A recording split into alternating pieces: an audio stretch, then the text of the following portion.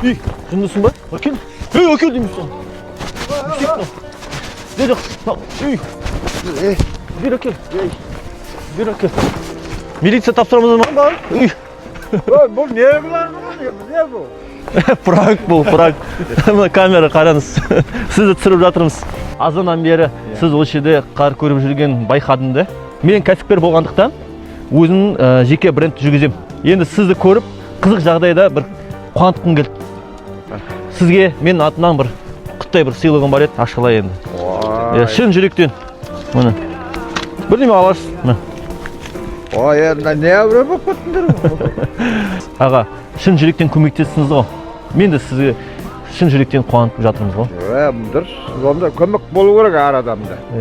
Көмек болмаса, қазір мынандай заманда болмайды ғой.